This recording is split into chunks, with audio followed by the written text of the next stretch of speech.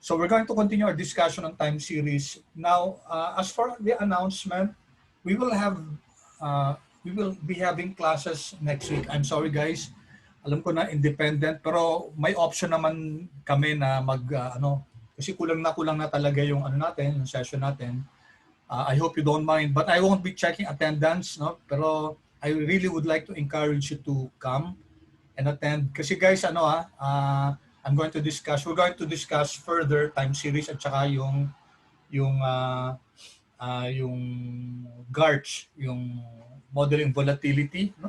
And for the past terms, ang daming gumagamit ng GARCH sa mga paper nila sa finance.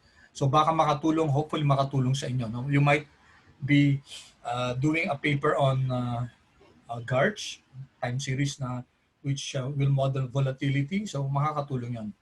So although attendance will not be checked, I would like to encourage you to come and attend the class. Okay, so all right. Now I'm before we go to our file, I'm going to invite you to go to this. I'm going to post the URL here. Okay, perhaps most of the time we're going to use the examples here. Kasi this is a standard in forecasting of time series. No? This is one of the most used book and very helpful book. Okay, I chatted. Wait. Oh, yes. So, andito guys yung HTTPS, yung O-texts. Okay, so kindly chat guys kung nakuha nyo na yung if you're able to open the reference. This is a very, very excellent reference on forecasting time series. Kindly chat guys kung okay na.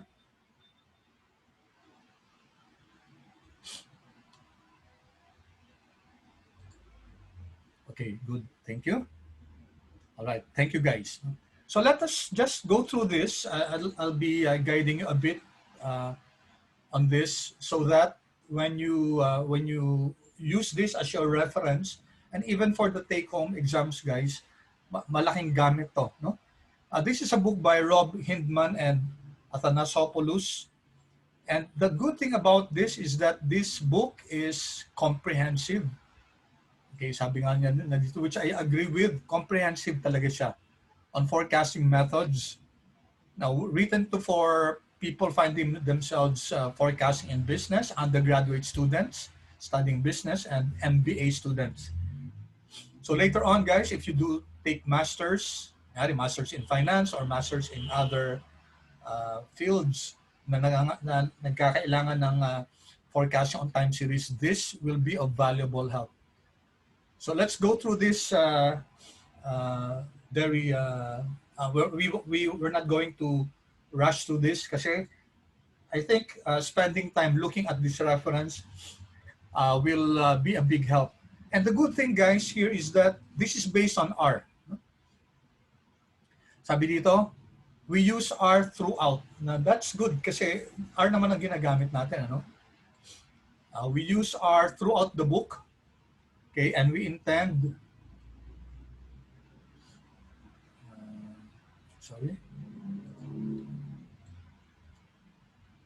the authors sila Rob Hindman. I was using this book already. Although nung ginagamit ko dati nung college days pa to, hindi pa R ang ginagamit nila. So they were using other softwares. Ito online na, free pa. Tapos R pa yung ginagamit, no? We use R throughout to learn how to forecast with R. R is a free and available on almost every operating system. So there's an appendix here. If you want to refresh your knowledge on R, you can do that. Of course, marami pang ibang references, guys, sa R. I would really encourage you guys to make R as one of your tools. Not only as a statistical tool, data science tool, modeling tool, kasi marami na talaga siyang gamit. All our examples in this book assume we have loaded the FPP2. I think there's already a third version, FPP3 package. May FPP3 na, I think. And also forecast package, ggplot2. These are the main packages used in this book. Okay. All right. Then, uh, third edition na kasi yata to, no? I think this is the third edition already. Okay. So, there's also a book if you want to buy that, but ka pa bibili kung meron na naman. The online edition na to, guys, this is already third edition of the book, no, ng forecasting. All right, so I'll leave you guys to may ano lang konti dito, no, may konting notes dito. Okay, we'll not be needing that. So I would really encourage you to read through this kasi comprehensive na to, guys, no. Yung dinidiscuss natin sa class, very limited lang kasi 1.5 hours tayo. Tapos, ang hirap pa kasi recorded yon.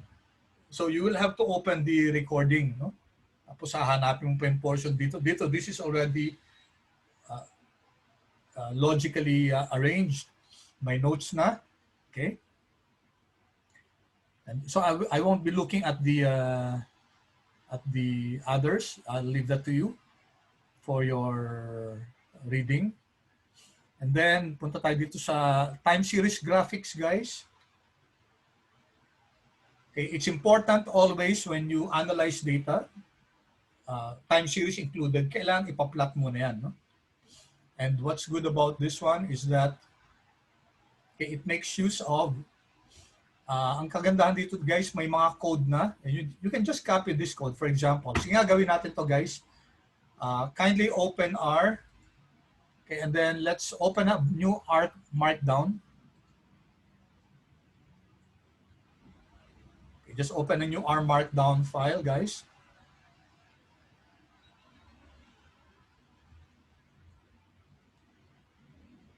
Okay, so ito na yan sa akin. Lagay ko dito sa harap para madali ko makuha. And then I'll just erase this. Okay, so that I'm going to I'll be able to insert here packages. Now, according to this text, iba ang mga packages ay i-install muna natin kung wala pa kayo. Install that packages. I think may forecast na kayo, no? Right? May forecast na tayo. FPP2. FPP2. I think this is the only one na wala pa tayo.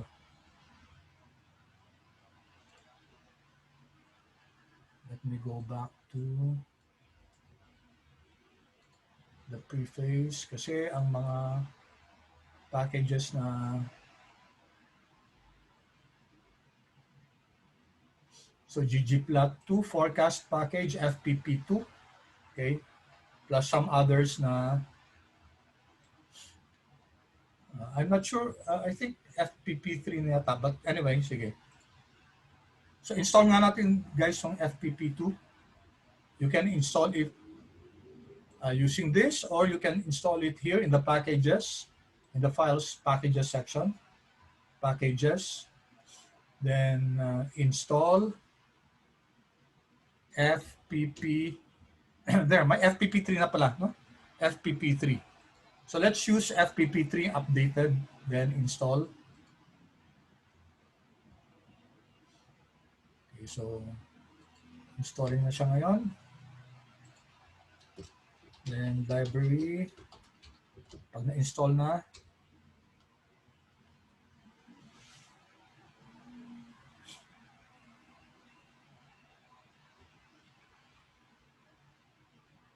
okay, so let's just wait.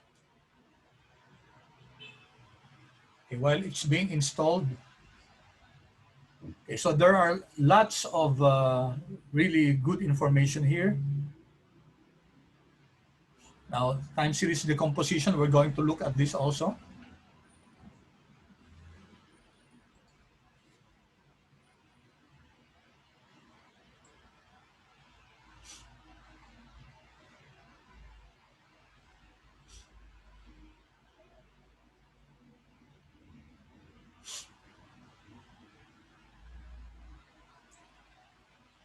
Okay, have you Have you installed it, guys? And na-require na ba? Require na natin library FP3.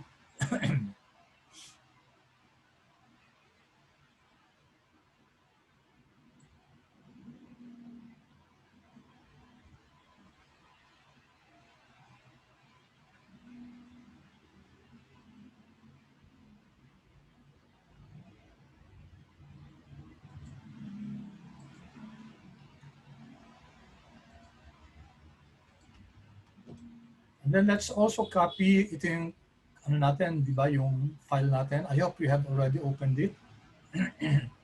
Isama lang natin i-install, guys, yung mga nag-install pala tayo ng FPP2, ano? Yung file natin last Monday, guys, I hope you have already opened it. And then let's copy the packages that we installed there, and then let's include it here. I'll delete FPP2 kasi may FPP3 na tayo. So this one, I'm going to run. Ano tong ano? No na muna. Okay.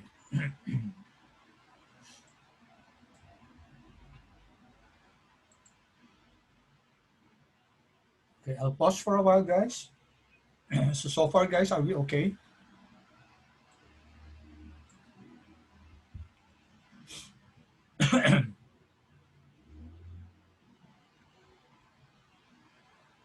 Paki-chat nga kung na-install ng mga packages, please.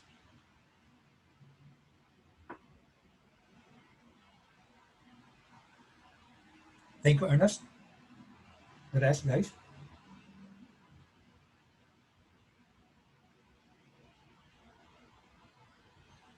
Okay, good. Thank you. Now, I'm pretty sure, guys, pagdating nyo sa Reciping, kung mag-enroll na kayong Reciping next term, magagamit nyo itong yung subject na to. No? And hopefully, guys, do not stop learning R. On your own, tuloy pa rin kayo, even during the brief break, sige lang, review, continue practicing R, so that when you get to your statistical analysis sa Reciping, kahit kayo mismo, kahit hindi na kayo mag-hire ng statistician, kung kunyari multiple regression lang o time series lang yung data, unless talagang very advanced yung mga models na kailangan nyo. Alright, so let's go back, guys, to the file that we were working on, itong kay FPP, Forecasting Principles and Practices. I want you to go to time series decomposition kasi hindi natin na-discuss last time to, no? Now, when you look at a time series, okay, may patterns yan. And the patterns can be split into several components. Okay, yung components niyan, they're usually tatlo, no? Okay, it can exhibit a trend, a seasonality, and some cycles. Naalala niyo yung air passengers na data natin last time? Di ba may trend yun at saka may seasonality? Okay? So, we can actually decompose time series into the components. So, pwede nating kunin yung trend. Pwede natin ihiwalay si seasonality. Okay? So, the complete name is actually trend cycle, which we'll just call a trend. So, yung tatlong components ng time series, you have the trend, you have seasonal, and you have the remainder. No? Yung remainder, yung hindi kayang i-explain ng trend at saka ng seasonality natin. Okay, so there are two types of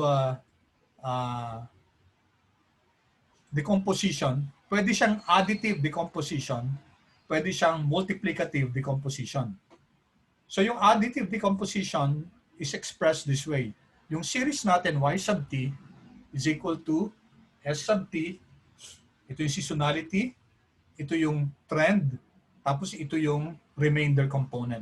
Yung hindi kayang i-explain ng seasonality at saka ng trend. This is what you call your additive decomposition. Meron namang multiplicative, and that's S times T times R. Okay? Then may mga binabagayan yung additive at saka multiplicative. So, according to Hindman, sabi niya, si additive, guys, is most appropriate if the magnitude of the seasonal fluctuations or variation does not vary with the level of time series. Okay, what do we mean by that? Okay, let me illustrate that. Open lang ako ng Excel. Okay, so dito na lang.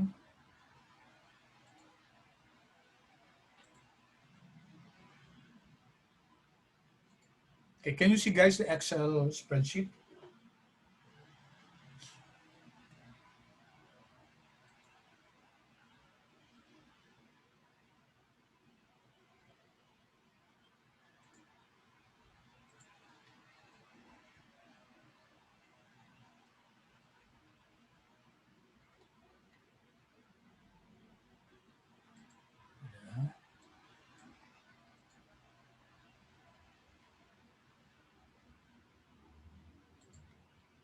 Okay, good. Kita yung Excel, ha? Alright. Nagbukas lang ako ng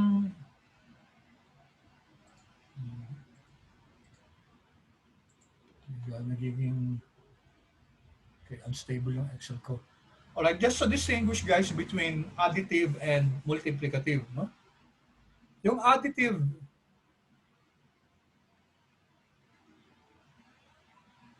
okay, the additive, guys, behaves this way. Yung additive na components natin, additive seasonality component, it moves this way.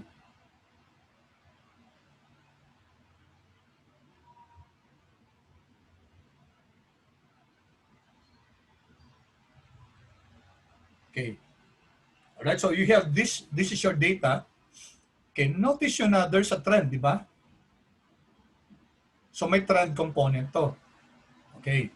So if we're going to model our time series, it's y sub t is equal to yung trend component. Ang tanong, should it be an additive or a multiplicative?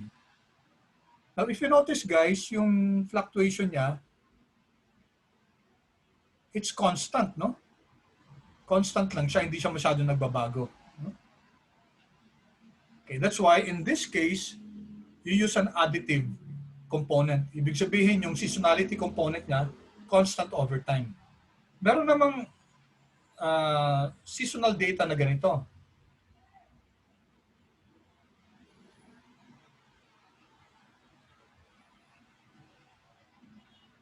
Okay? You see this, guys? May trend siya. Okay, may trend siya. Tapos yung seasonality component nga, guys, nagbabago over time, di ba? Nagpa-fluctuate. In fact, here, it's increasing over time. Habang tumatagal, guys, yung seasonal component niya, it's increasing over time. Now, in this case, this will require it's better to use a multiplicative model here, no? Ito naman, ito yung additive. Ito yung additive, guys, no? That's what this is saying. So pag additive na seasonal component, it's y sub t. Y sub t is equal to yung trend plus yung seasonality plus yung remainder. Pag multiplicative naman, y sub t is equal to the trend times the seasonality times the remainder. Okay, pause muna ako. Clear yung, guys? Clear yung additive component sa multiplicative component? Kindly chat, please.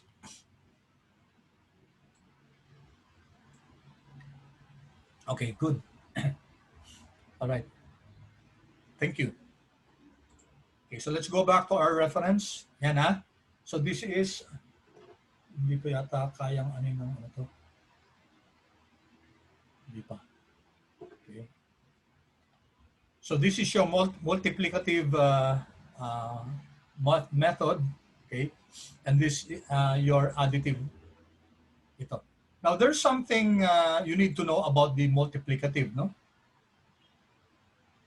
An alternative to multiplicative is actually transforming the data using the log.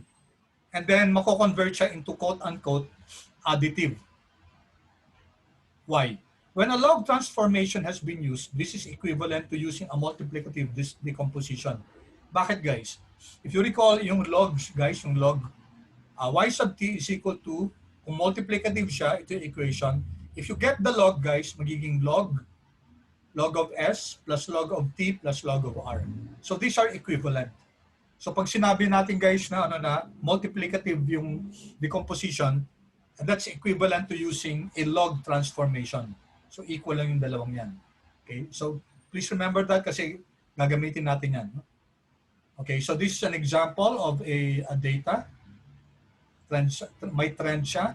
Tsaka parang may trend, no? Tsaka may yung seasonality hindi apparent. But one good thing in R is that, okay, may STL dito na, asan na si STL? This one. Okay, this is a package, guys. Okay. So in R, guys, pwede nating i-generate to. Yung trend, okay, this is the trend component. This is the seasonal component. So, sorry, ito yung data natin, ano? Okay, ito yung data natin. So there seems to be on the general, parang may upward trend siya. Tapos may seasonality, no? May parang apparent na seasonality. Okay? So this is the trend component. This is the seasonal component. And this is the remainder. Yung hindi kaya makapture ng trend at saka ng seasonality. Okay? So this is very easily done in R. Okay? We were supposed to do that. Pero, sige, wag na muna. Ituloy muna natin itong discussion natin. Kasi I want you also guys to be steeped in theory, no? And pwede nyo gamitin tong reference na to. Now, there are different ways to decompose your time series. So this is all about time series decomposition.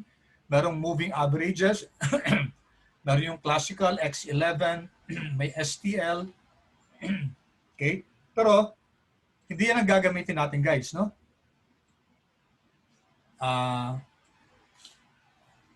Pag nag-model na tayo, we're not going to use this, but rather, sabi natin, di ba, pag nag-model tayo, when we model our time series, we're going to make use of the ARIMA, no? ARIMA yung gagamitin natin. Pero of course, when you decompose it, may example, I think, dito. Okay, so moving average to.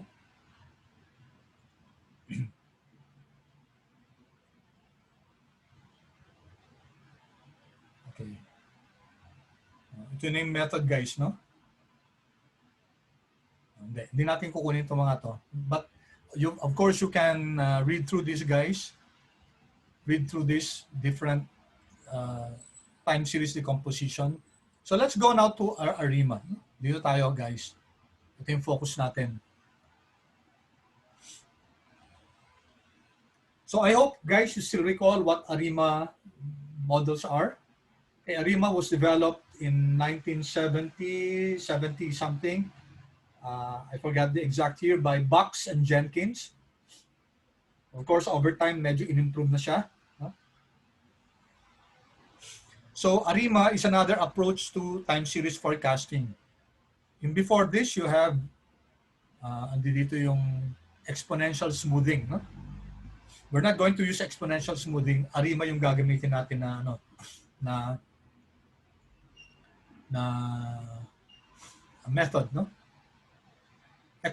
Yung exponential smoothing, yung ES, and ARIMA are the two most widely used approaches to time series forecasting. And actually, they provide complementary approaches to a problem. Si exponential smoothing kasi, ang ginagamit niya, dinidescribe niya yung trend and seasonality. Si ARIMA naman, ang focus niya yung autocorrelation.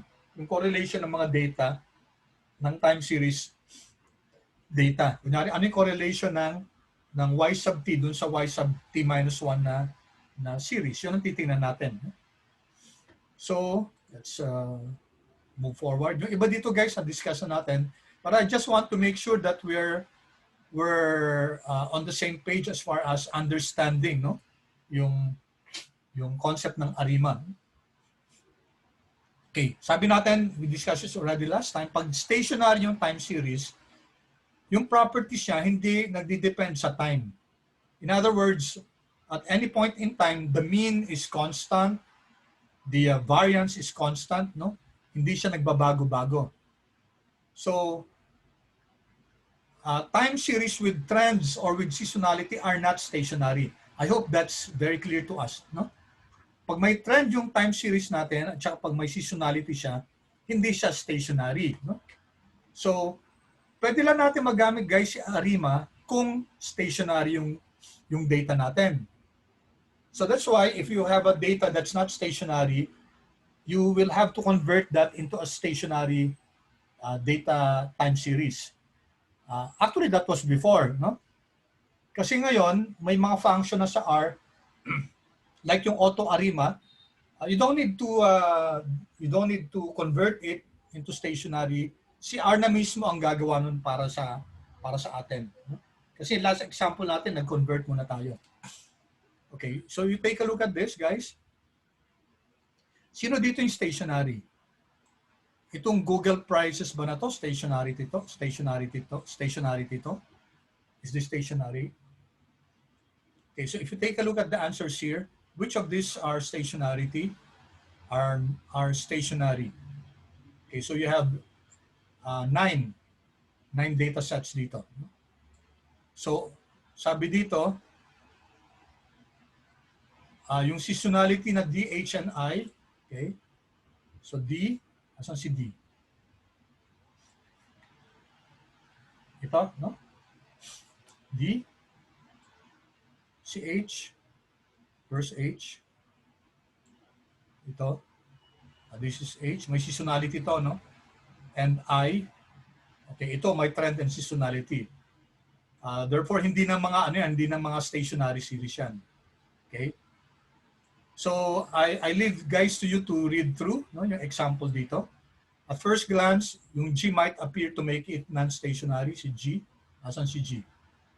Ito mukhang, ano ba to? Mukhang non-stationary ba? Okay, ina-explain niya dito na, okay, but these cycles are aperiodic. Hindi siya occurring in regular time periods. Okay, so not necessarily na hindi siya stationary.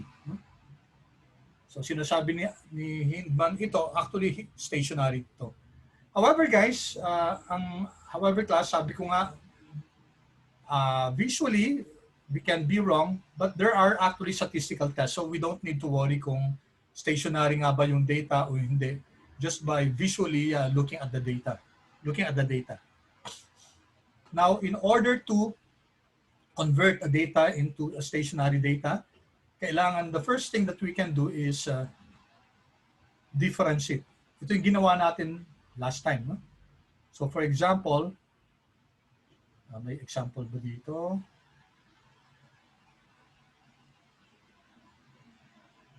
Okay, sorry nga pala guys, one good thing here is that yung mga R codes dito, you can easily copy that. No? Tingnan nyo to. Pero kailangan yata, syempre dapat ma-access muna natin, ma-install muna natin yung data na Google 200. Now, I'm not sure if that's in the package. Check nga natin kung nasa package si ano.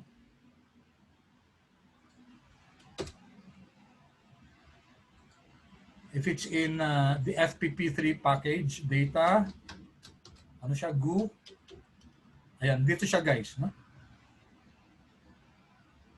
So it's in the package. I think it's in FPP3. No? So Google 200, view. So this is the data. Run natin to. Ay, sorry.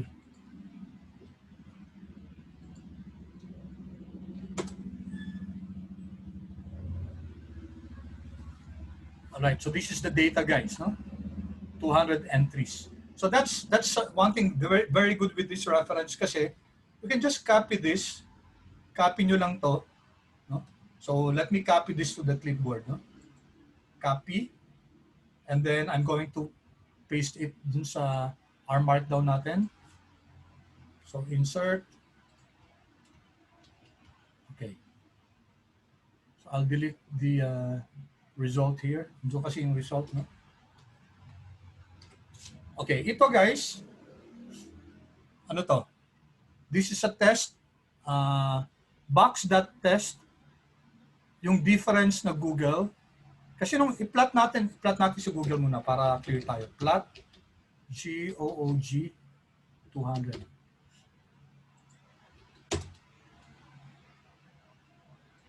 Okay, yan, no? Is it stationary? Definitely, hindi siya stationary, guys, no? Hindi siya stationary kasi may trend siya. Seasonality, we're not sure kung may seasonality siya. Mukhang meron din na konti, no? But definitely, this is not stationary. Okay, so may mga time series, guys, na automatically masasabi natin, hindi stationary yan kasi may trend. Hindi si stationary yan kasi may seasonality, no? Okay, pag ganun, guys, then easily conclude natin na hindi siya stationary just with the plot. But the good thing is that we can actually test, no? So dito, ang ginawa muna natin dito guys, dinifference niya si Google 200, no? So sige, mag-create tayo guys ng object na dgoog, which is difference na Goog 200. Okay, what am I doing here, guys? I'm creating an object which I'm calling difference Goog 200, and the function is difference Goog 200. Okay, so in order for us to immediately see the result, we put parentheses there. Okay, pause muna ako, baka may mga questions kayo. So far, guys, clear? So ang ginawa natin, in-access natin yung data which came from, I think it's from FP3. Remember guys, yung mga packages ni R, it contains some of the packages contains data. No?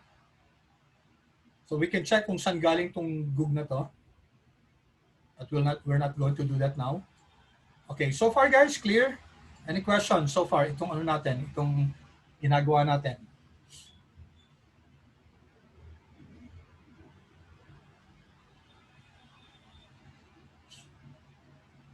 Okay, thank you. All right. Yung iba, guys? Thank you, Ernest. The rest? So far ba, clear tayo? Any questions dun sa code na ginagawa natin? Okay, sige. Thank you. All right, so let me just backtrack a bit. In-access natin data na Goog 200. I don't know where this data came from, but it definitely came from the any of the one of the packages. You might have come from FPP3. Malam mo yan kay FPP3 yan. I-check nga natin guys. Check ko lang FPP3 data.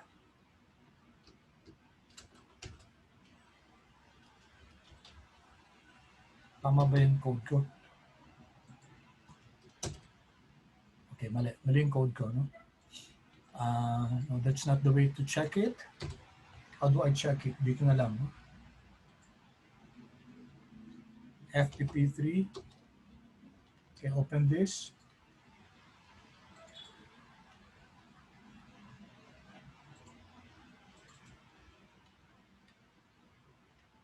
So nasa packages siya. If we open yung FTP3,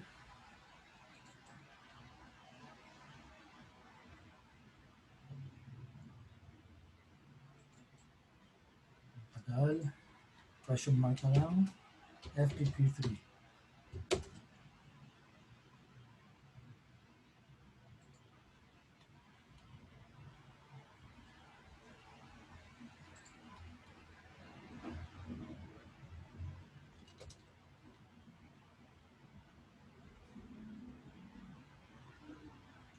So wala pa siya sa help. Okay.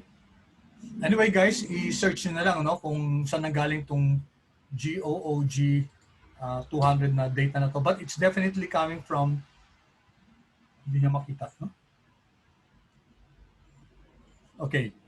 So we create this object, the Google 200. Okay. And what do you notice guys? I-view natin. View the Google 200. Different siya guys.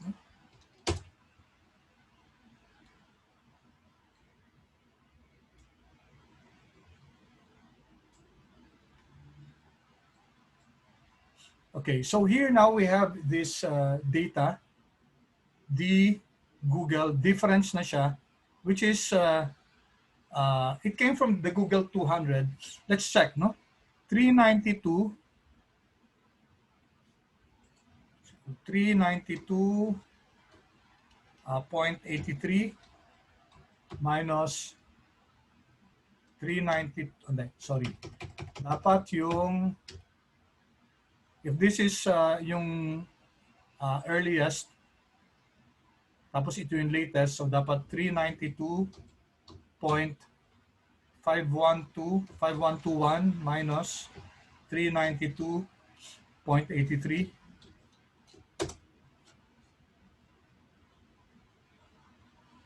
Okay, baliktad. No?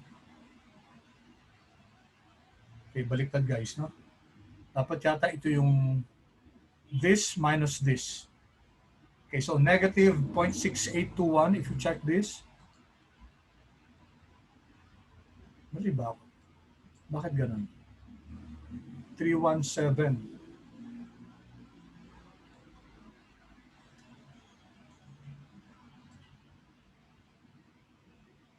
Hmm. 392.83. Mali ito. Sorry. 392.5121 minus 392.83 then. Okay. So negative 3179. Okay, negative 3179. Ito guys yung ano. Okay, you generate the difference data by subtracting, no? Subtracting the later one from the earlier one. Kasi yung time series na data natin, naka-arrange siya from earliest hanggang latest. And take note guys that yung original data natin, 200, ngayon, 199 na lang. Bakit nabawasan ng isa? Bakit nabawasan guys ng isa?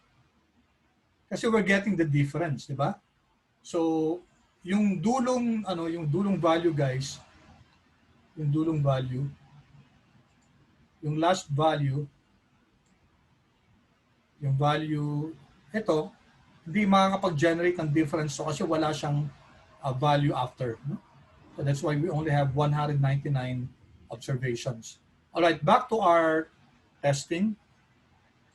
Okay, so na-view na natin. I-plot natin guys. What happens? Plot the Google 200. What happens guys nung dinifference natin yung data natin?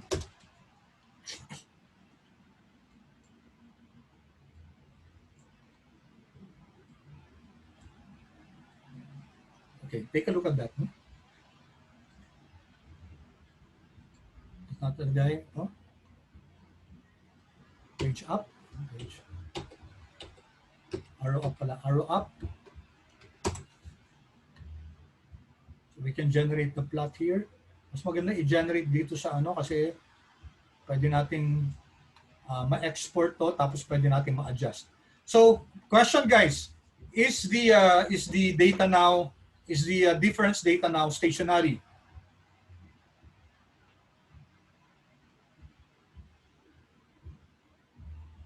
Guys, stationary na ba siya?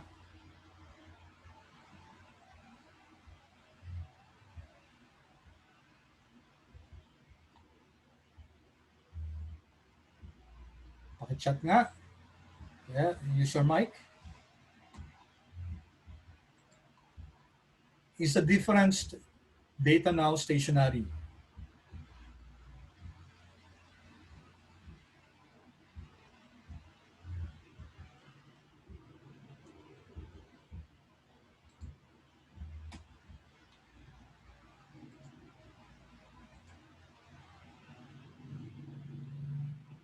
Okay. Good question, no? Pero tingnan nyo dito, may trend pa ba to? Okay. Wala naman trend. Ito, pag may spike, okay? Pag may spike, this has something to do with the variance, no? So hindi naman siya, of course, magkakaroon ng mga spike talaga. Now later on, guys, next week, di-discuss natin, pag mga data na difference na, tas ang dami pa ring spike, now that's measuring volatility. Ang gagamitin natin na model na will be what we call GARCH. Ito lang naman yung ano dito no? Ito lang naman yung medyo may spike siya, no? We can investigate kung ano kaya, what was this, what date was this, ano yung nag-cause na to. May ano siya, may biglang mataas na gano'n, no? Tapos bumaba. So kahit na, thank you Ernest for saying that na may spike. It doesn't matter. Talaga magkaka-spike yan. Wala tayong maging perfect na uniform na walang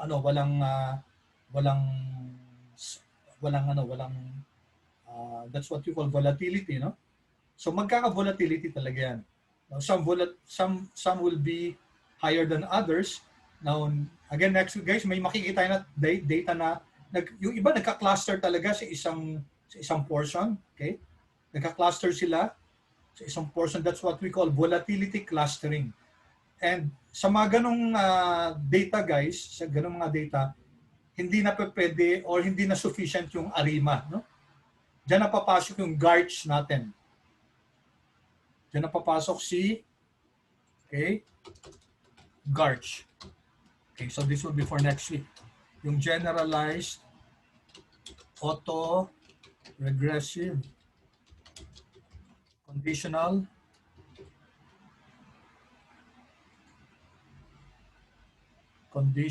heteroscedasticity. Okay.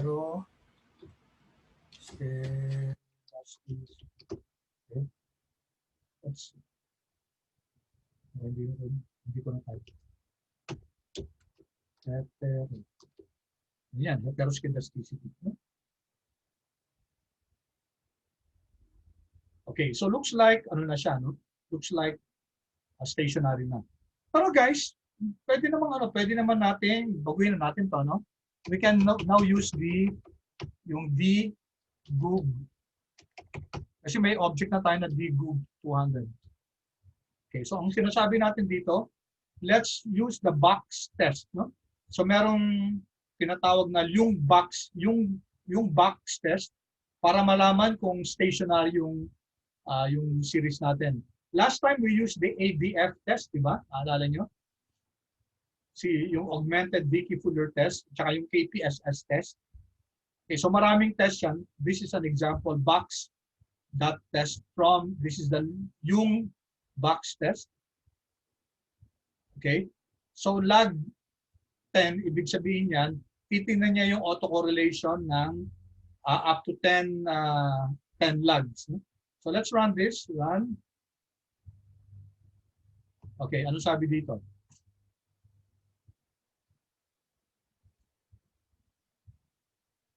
Box yung test, yung Google, no? And then meron tayong p-value. Yung p-value nito, so kailangan natin malaman, guys, yung null hypothesis dito. What was the null hypothesis here? Balikan natin yung reference natin.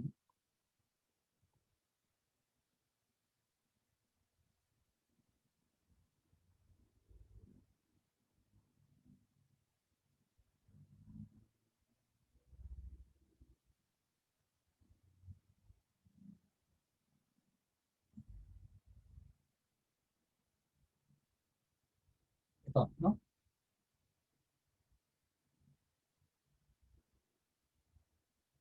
So what does this tell us, guys?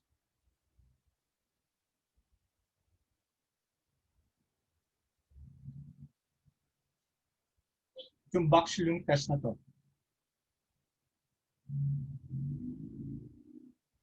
Okay, the test with a p-value of 0.3355 suggests that the daily change. So daily change, guys, ito na yung difference, no? In the Google stock price is essentially a random amount which is uncorrelated with that of the previous days. So that means, guys, na stationary na siya, no? Kasi wala nang correlation yung mga previous with the value with its previous values. Okay, so that's what we mean by stationary, guys. Okay, uncorrelated na yung mga ano natin, yung mga with current value with the previous values. Unlike, guys, kung hindi siya stationary, nagkaka-trend siya. Okay, so pag may trend, guys, sabi natin, di ba? Pag may trend, ibig sabihin, the value today is affected by the previous value. So may correlation, may autocorrelation. Okay, any questions so far, guys?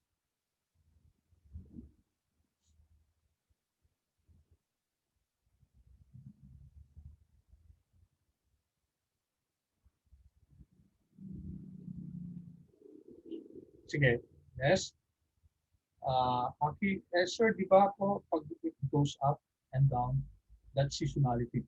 Ang seasonality, okay, yung seasonality, regular na going up and down. No? Hindi siya basta up and down lang. No? It's a regular, sige ha, balikan natin guys yung ano natin, para just to distinguish, please open yung file natin last Monday. So, i-access natin yung data natin na ano. Ito. Alright. Let's access this, guys. Ito, guys, yung data, air passengers natin. I-run muna natin to. Tapos, i-view natin siya. Okay. So, ito yung series natin, no? Si air passengers. Okay. And then, let's plot. Then we renamed it as AP. And then i-plot natin. Okay. Ito yung may seasonality, no? You notice there's a pattern. Okay, at a particular ano ba to? Anong data natin? Okay, hindi pinakita dito yung month, ano? Pero at a particular month, tumataas siya. Tapos bumababa na naman. Tapos gradual up na naman, tapos aakit na naman siya. No?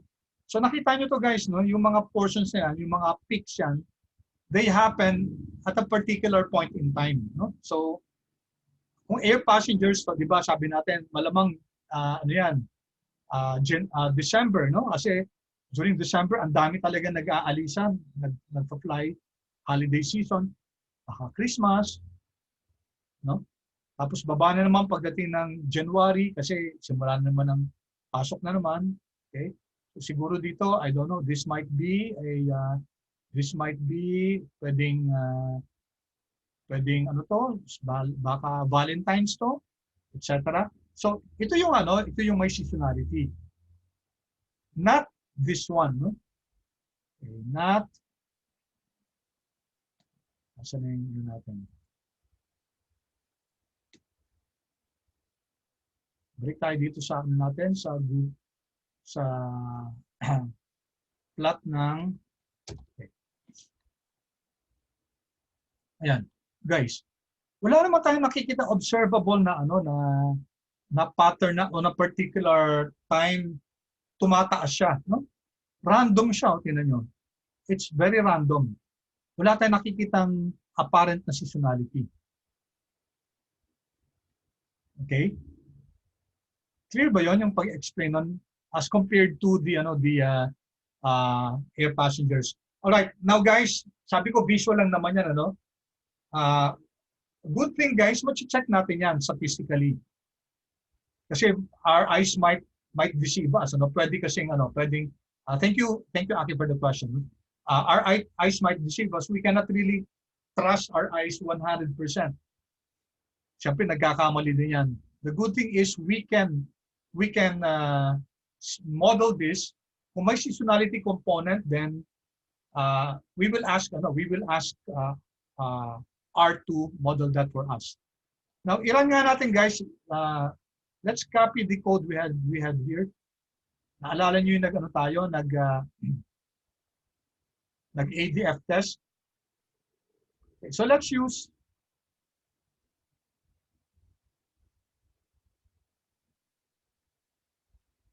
okay. Kindly copy the code here, guys, yung ginamit natin. Naalala niyo itong code na to?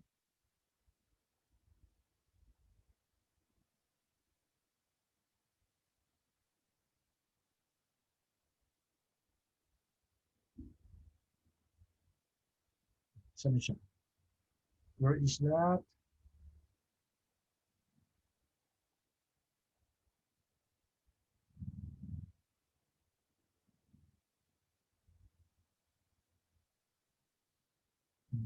I want you to copy that, guys, ito.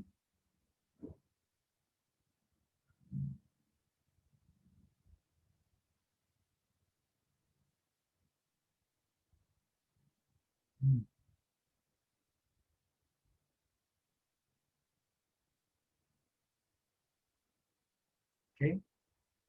This one, guys. This is your augmented Dickey-Fuller. And this test is coming from the package time series. Sige, double check natin, guys. Control C. Kasi kanina ginamit natin dito si box test. Okay, let's Control V test and then V group 200. Okay, this is also another test where your HO is. What's our HO here, guys? T series is ano? Stationary o hindi? Doon sa augmented Dickey-Fuller. Ba, guys, ito, time series is not stationary. Not. So tingnan natin, guys, kung ano, kung si difference ano nga. Okay. Ano sabi dito, guys? Si Dickey-Fuller stat negative 5.74. P-value is 0.01. So our conclusion is we reject this null hypothesis. But if what we were testing was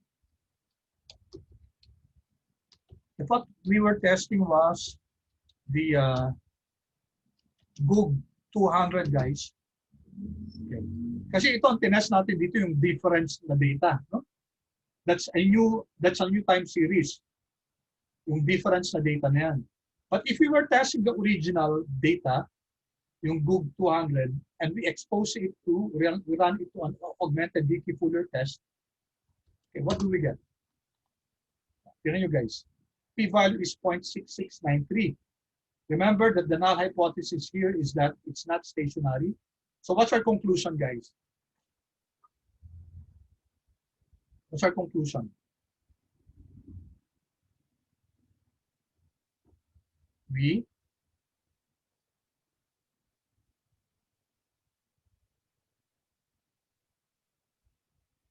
Conclusion natin, guys, dito. Sorry, I missed your, sorry, Kat, I missed your question. Para po ba malaman kung stationary, kailangan mag-undergo? Hindi. Mauuna, Kat, mauuna yung ipa-plot mo muna siya. Okay. Kailan tayo nagdi-differencing? Nagdi-differencing tayo, guys, kung hindi stationary. So, una muna, aalamin muna natin kung stationary ba siya o hindi. Okay? Kung stationary, okay lang, walang problema. Kung hindi stationary, may problema tayo. Kasi hindi natin pwede magamit si ARIMA. Remember, guys, si ARIMA modeling, ginagamit lang yan kung ang data natin is stationary.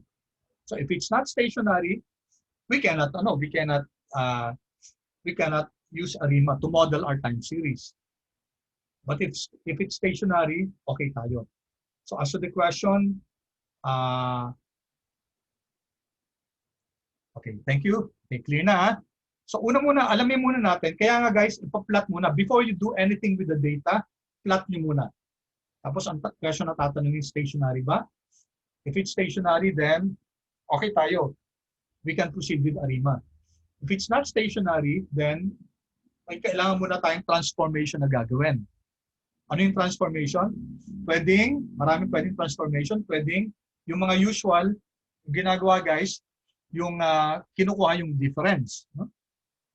Pag ginawa natin yon, take note, may panibagong time series na tayo. Hindi na yung original na time series ang imo-model natin. Okay? Another method guys is, although hindi to foolproof, which I'm going to show you, getting the log. Yung getting the log, guys, will make the data a bit linear, but it might not address yung pagiging stationary niya. Kaya ang ginagawa, guys, you get the log of the data and then you difference it. Okay? So yun, you get the log of the data and then you difference it. Because getting the log alone will not necessarily make it stationary. Okay? Clear yan guys? Clear? Okay, so balikan natin yung yung example natin.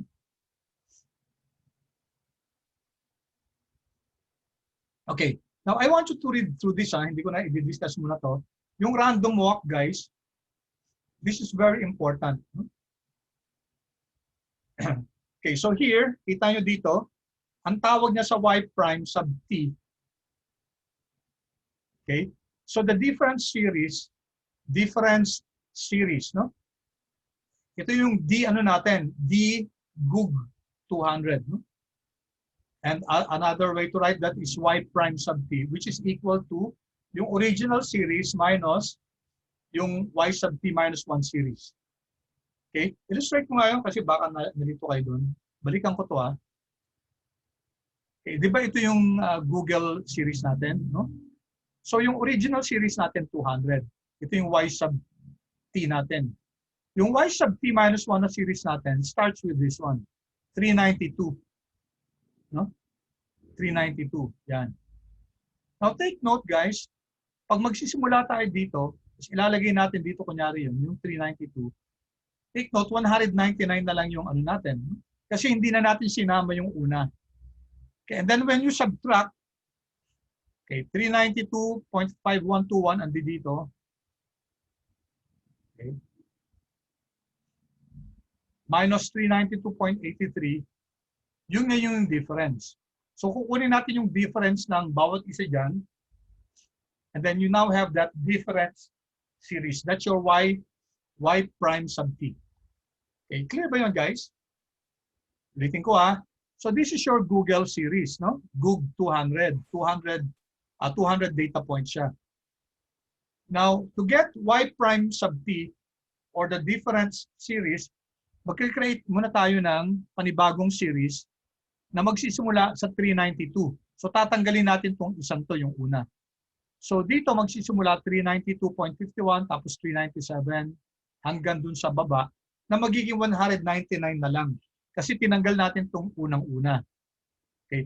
And then we subtract yung y sub t minus 1, okay, minus this one. Okay? Then you get the difference. Yung differences ng bawat isa niyan, guys, difference ng bawat isa, that will result into a new time series na 199 observations. Yun yung difference data natin. Okay, kaya nga sabi dito ni Hindman, okay, y prime sub t is equal to, this is a series guys yung y sub t time series natin minus y sub t minus 1 series. Pero the difference series will only have t minus 1 values. Okay, so I hope that's clear guys Kung 200 to, magiging 199 na lang. Alright. Now, take a look at this, white noise. Okay, ano ibig sabihin ng white noise? Ano ibig sabihin ng white noise, guys? When the difference series, ito, no, yung y prime sub t, pag binodel natin siya, tapos ang value lang is equal to a certain constant, okay, where epsilon sub t denotes the white noise, ang tawag dyan, white noise. Kuha ba, guys? Tapos i-rearrange natin to, Then y sub t is equal to y sub t minus 1 plus your epsilon sub t. Now question, is this an ARIMA model? AR11 ba to? Naalala niyo AR1 guys? AR1 pala.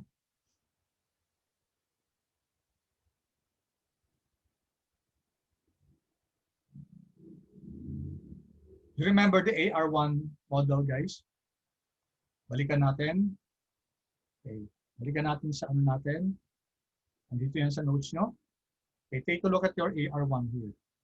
Ito. Ito tong AR1 is y sub t is equal to yung mean plus A1 times y sub t minus 1 plus epsilon sub t. Okay? Now, yung question ko kanina, yung y sub t is equal to y sub t minus 1 plus an error term. Okay. Is this an AR1 model? Is this the same as this one? Okay, answer is no guys, no. Bakit? Kasi yung A1 niya, anong value ng A1 dito?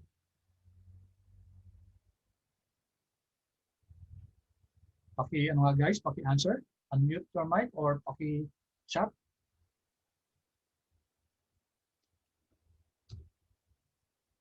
Ang tinitingnan natin guys yung random walk, no? It's called a random walk. This is called a random walk. Tingnan nyo to guys. Pareho ba yan nito? Sabi natin, just ignore the A sub O.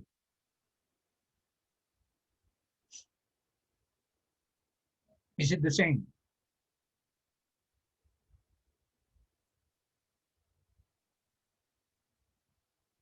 Oo, walang A1, pero guys, actually may A1 yan. Pwede naman natin lagyan ng A1 yan. Kaso guys, yung A1 dito is equal to 1. Diba? And tandaan nyo guys, kapag AR1 process, A1 should be what? A1 should be between -1 and 1. Hindi siya pwedeng maging 1. Okay? So an AR1 process follows this model. Kaso yung A1 niya dapat, it should not be equal to 1. It should be between -1 and 1. Hindi pwedeng kasama si 1. No? Eh ito guys, si random walk, yung A sub 1 natin is equal to 1.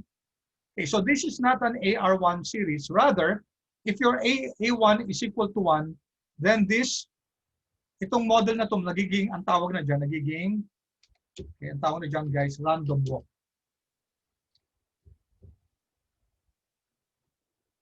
Okay?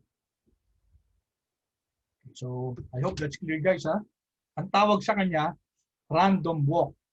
So, may nature yung random walk. Ang random walk, guys, hindi yan stationary. Okay? Ang random walk, it will meander, no? Parang wala siyang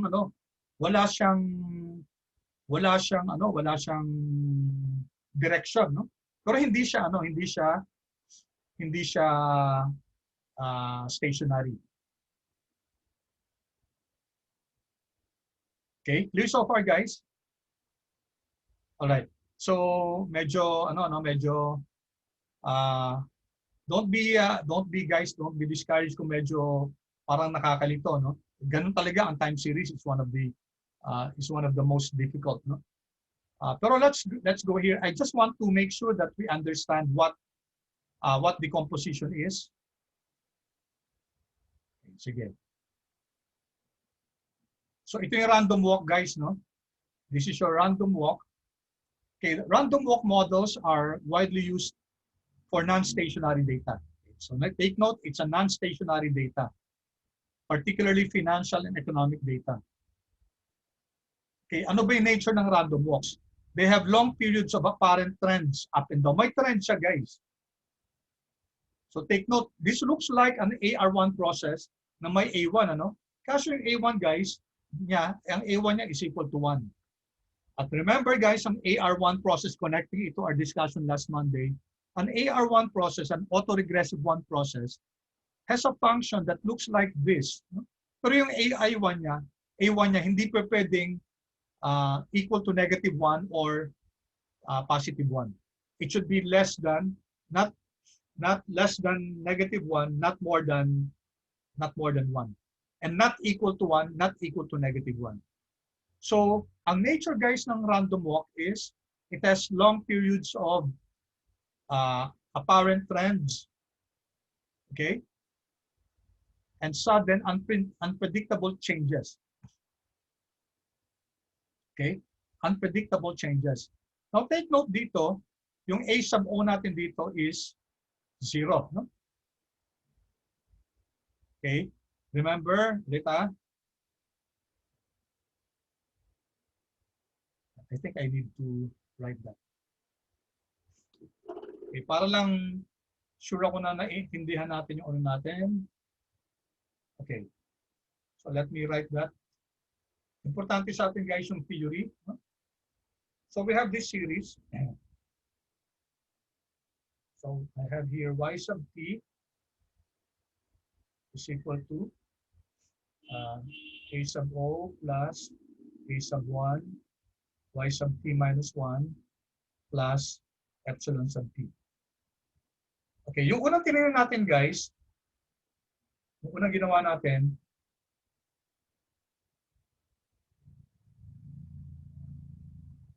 y sub t is equal to y sub t minus 1 plus epsilon sub t. So dito guys, yung a sub o natin is equal to 0 and a sub 1 is equal to 1. Sabi natin in this case, this is a random walk. Random walk to. And ang random walk, not stationary yan. No? Although may A1 siya dito is equal to 1, sabi natin, ang AR1 model guys, ang autoregressive 1 model, yung A1 niya, ito, yung A1 niya should not be equal to 1. It should be less than 1. And it should not be, it should be greater than -1, yung A1 na to. Okay, now what about y sub t is equal to, let's say may a sub o siya, a sub o plus y sub t minus 1 plus epsilon sub t. So dito guys, a1 is equal to 0. No? Kaso, meron siyang average na a sub o. Now what do you call that guys? Going back to our model, ito yun, no? Ito siya. Ito yung a sub o natin. So our y sub t is equal to a sub o plus y sub t minus 1 plus epsilon sub t. Okay, so pwedeng a sub o can be positive or it can be negative. Ang tawag dyan guys, okay, it's called, this is called guys, random walk with drift. No? Random walk with drift.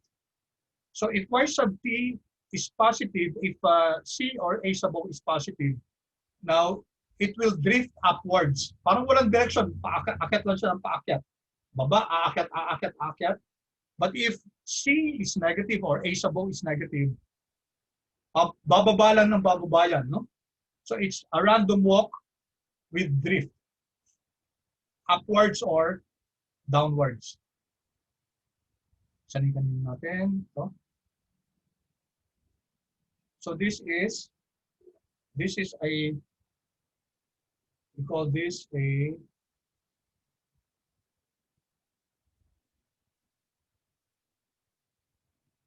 random walk with drift. Now it depends guys kung upward drift siya or downward drift. Nagiging upward drift siya if your a sub o is positive. Nagiging downward drift siya if a sub o is negative. Okay. Now, madali-madali yan guys sa R, no? Next time magbibigay tayo ng example. Gagawa tayo ng model, tapos ipapaplot natin. Ipaplot natin yung random walk without drift. This is without drift, no? Random walk to without drift. Kasi wala siyang A sub O. No?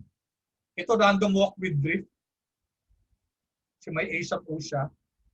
Now, it depends on random walk with upward drift or downward drift. It depends on your A sub O. Alright? Pause muna ako guys. Clear so far?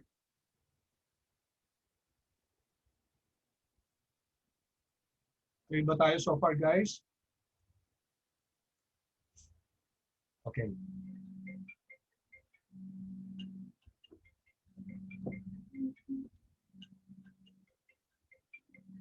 Pwede guys, admin ko lang tong ano.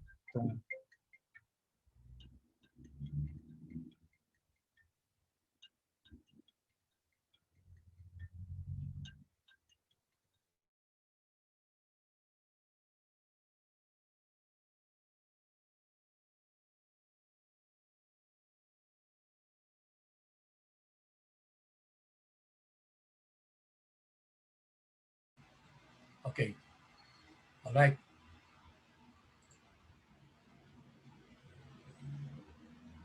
So notice guys, medyo reinforce muna natin yung understanding natin ng mga time series, no?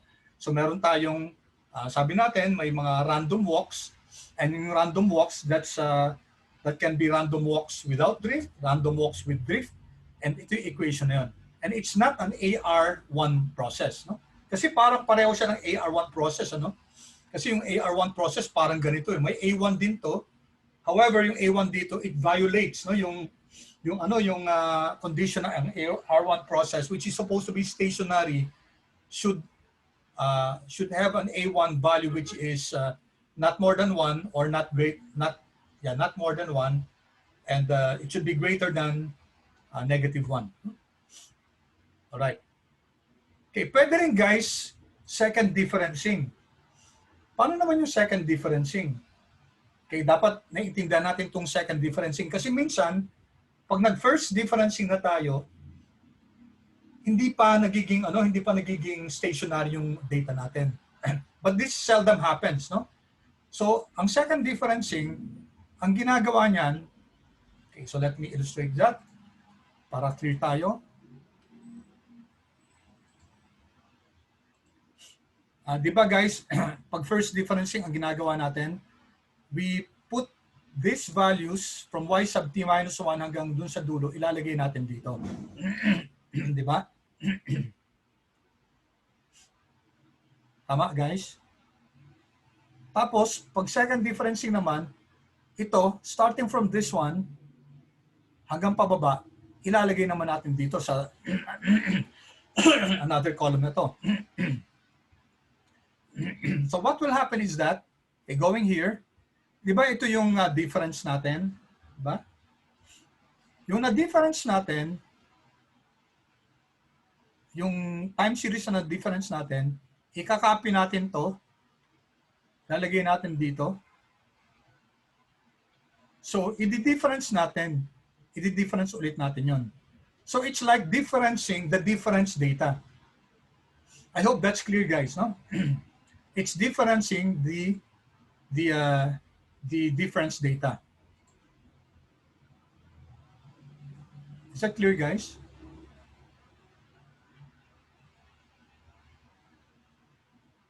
So in other words, magiging 4.79 minus negative 0.317, no?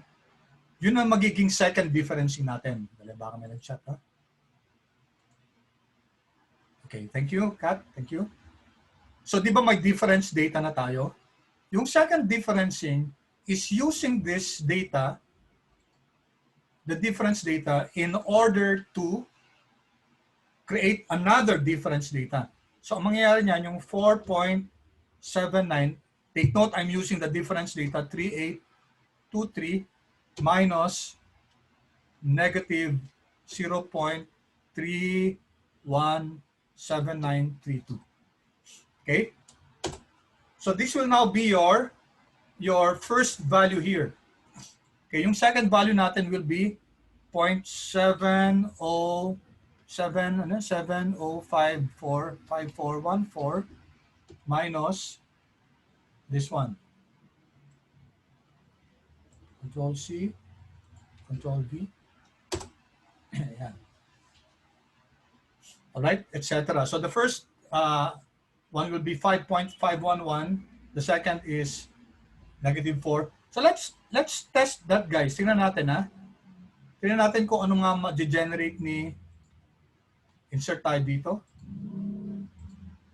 So here we're doing second differencing.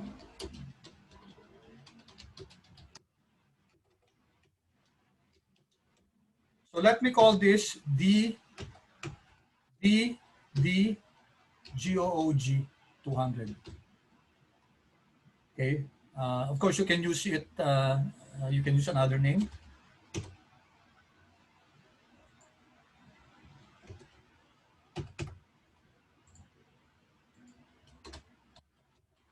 Okay. So ipapa-difference natin sino ipapa-difference natin dito, guys? Si difference GG200. Okay? Take note, may series na tayo na difference, no? Or difference, tama. May series na tayo na difference G200, right? Papa-difference ulit natin yon. Let's call it DD G200 and then let's view it. View DD GOOG 200. Okay. So let's run this. Run. Okay, tingnan nyo, guys. Ano yung first ano dito? 511, di ba? Ito. -4. Yun. So tama tayo, no? So yung second differencing, guys, is you difference the difference data. Okay. Ito yun. Difference data minus yung difference niya, no? Yung kukunin mo yung panibagong yung next na data set niya. And that this can be rearranged into this one.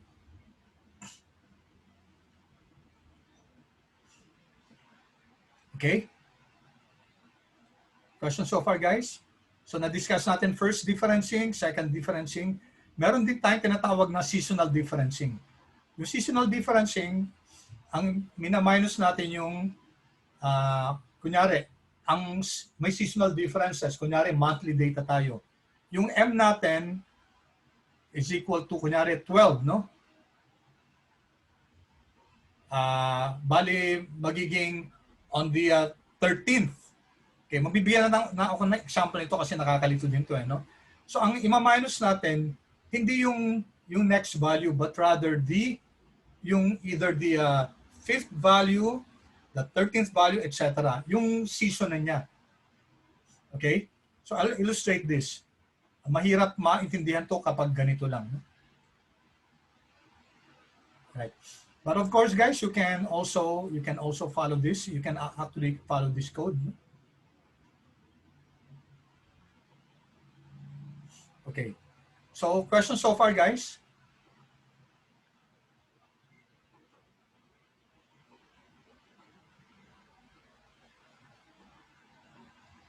Any questions ba so far? Okay.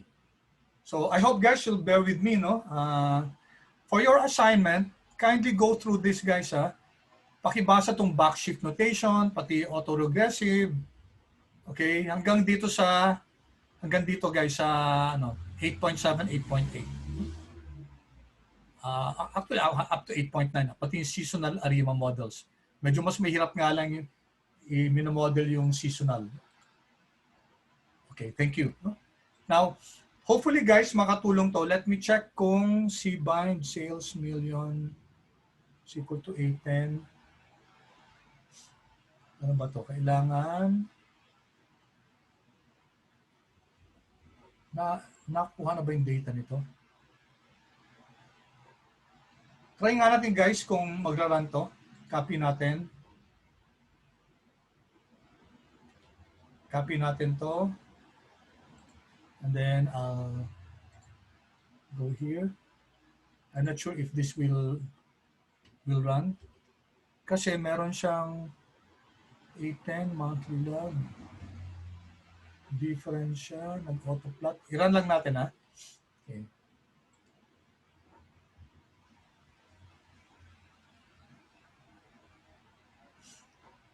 Okay, without understanding guys the code yet, no?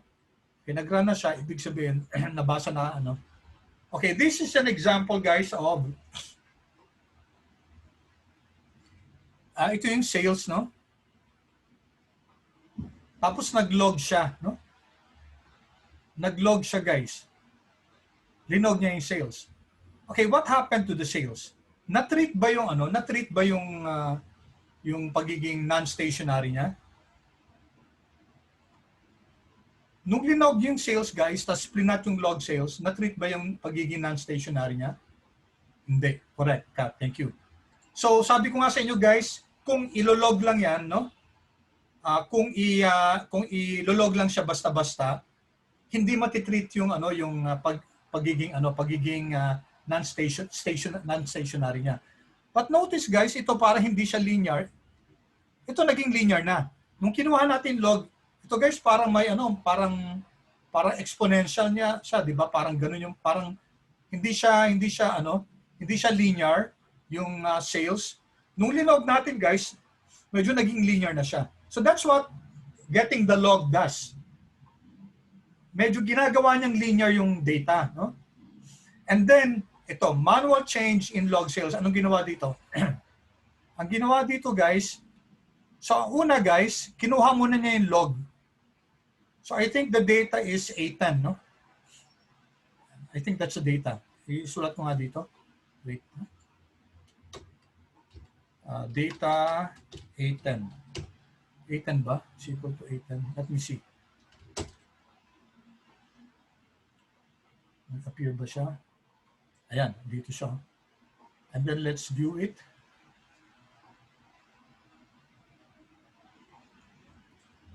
I-view ko lang para alam natin kung ano yung data natin. It's already time guys. Sandali lang ha. Okay. Ayan, ito yung data natin, yung A10. Yan. Okay. So let's try to, pag plinat natin to guys, although plinat na natin, no? So ito, di ba? Inoto-plot natin siya. I-plot ko lang din dito. Plot. Para hiwa-hiwalay siya. A10. So this is the plot of your A10.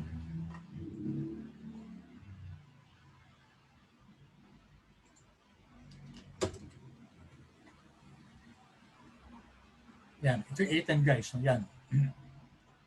Tapos ang ginawa niya dito, plinat din niya si log ni A10. Okay, so this is what's happening there guys. No? Plinat niya yung series na A10, kinuha niya yung log na yan, i-plot natin. Let's see what happens guys. Yan, tingnan nyo. No? It's now different from yung ano kanina, no? Kanina kasi, ito ilalagay yan.